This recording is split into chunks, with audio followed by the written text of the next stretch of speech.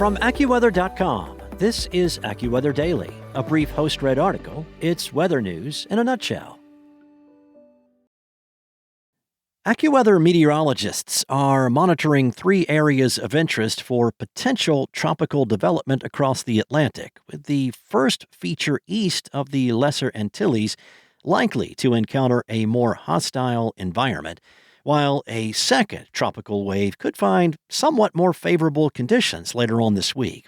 There is another area northeast of Bermuda that also has a low risk of tropical development at this point. Now, the first area near the Lesser Antilles has a low risk for development today and tomorrow.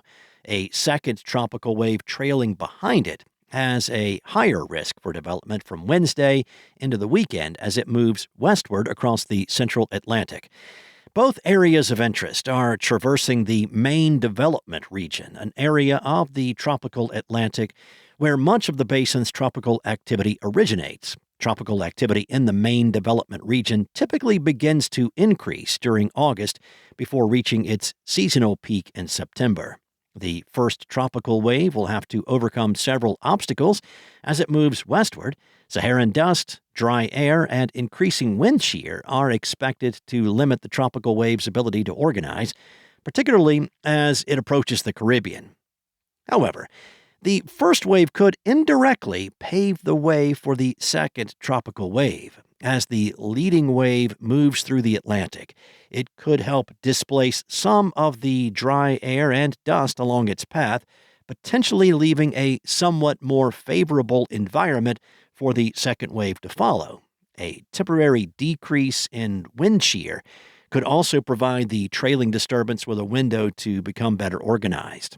AccuWeather lead hurricane expert Alex De Silva said that, while there will be dry air and African dust this week in the main development region, lower wind shear can allow for gradual development later on in the week. Environmental conditions are expected to be less favorable for development closer to the Lesser Antilles. While conditions will not be ideal across the entire Atlantic, the second tropical wave could encounter a more favorable environment if it remains far enough north as it approaches the Lesser Antilles. If the second wave is able to stay north of the Lesser Antilles, it could avoid the core of the higher wind shear. Both tropical waves are expected to continue moving westward across the Atlantic, with their potential for development largely dependent on how quickly they can organize and whether they encounter more favorable atmospheric conditions. Where these systems ultimately track will be an important factor in determining how much they can strengthen. Stronger wind shear near the Caribbean would likely disrupt the organization of either feature, while a track farther north could allow the trailing wave to maintain better structure over warm Atlantic waters. The Atlantic has recorded 2 named storms so far this season, Arthur and Bertha. The broader atmospheric pattern is also working against significant tropical development. El Niño typically limits Atlantic hurricane activity by increasing wind shear across the basin, making it more difficult for tropical waves to maintain organized thunderstorms and develop into tropical cyclones. That pattern does not eliminate the possibility of development, however. Tropical waves can still find brief windows of favorable conditions, particularly while moving through the main development region. For now, none of the low-pressure areas pose an immediate threat to land. The primary focus will be on whether the second wave can maintain its organization while moving westward and whether it can remain north of the strongest wind shear near the Caribbean. AccuWeather meteorologists will continue to monitor both disturbances for signs of increasing organization through the middle of August. Well, thousands of residents displaced by the destructive Spokane, Washington area wildfires are being allowed to return home after officials significantly reduced evacuation zones Sunday, but emergency managers are warning that dangerous conditions remain in burned neighborhoods. Local officials said fire crews had made enough progress to dramatically shrink areas under the most urgent Level 3 Go Now evacuation orders. The changes marked an important step for residents who have spent days away from their homes as firefighters battled the Old Trails, Autumn Lane, and Fairview fires around the Spokane area. Evacuation changes were also posted for communities in Stevens County, while Highway 291 was being reopened as conditions improved. Although evacuation zones are shrinking, fire officials stress that returning home does not mean all hazards have disappeared. Crews are now conducting extensive mop-up operations in neighborhoods where homes and other structures have burned, creating potential exposure to hazardous materials. Now, burned household materials can leave hazardous residue in ash and debris, requiring firefighters to use specialized protective equipment as they work around damaged properties. The same hazards firefighters are protecting themselves against can pose a risk to residents returning to damaged homes. A representative from the American Red Cross warned residents not to underestimate ash left behind after a structure fire. The ash that falls or that remains in a house is hazardous to people, and so the American Red Cross stresses that they want folks to listen to all the advice of emergency managers.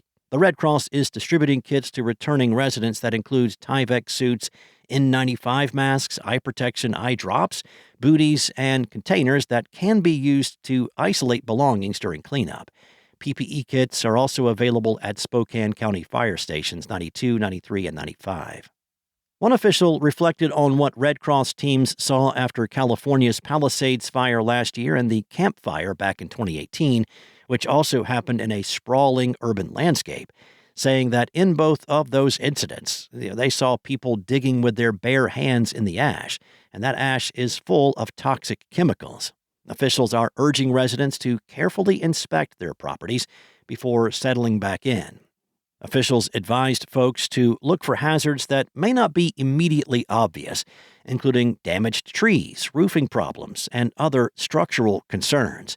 Residents should also pay close attention to conditions inside their homes, particularly unusual odors that could signal smoke contamination or another hazard. If something does not smell normal, it probably is not.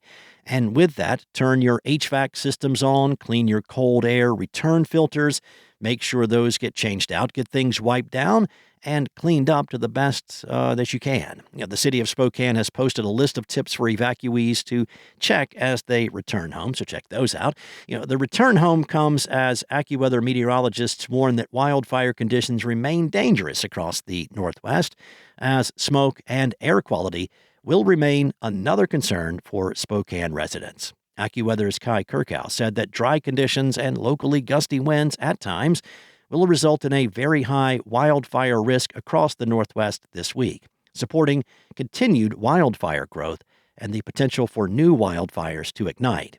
An area of high pressure that has contributed to prolonged heat and dry weather across the West will gradually shift east this week, but temperatures will remain in the 80s, 90s, and 100s across much of the region.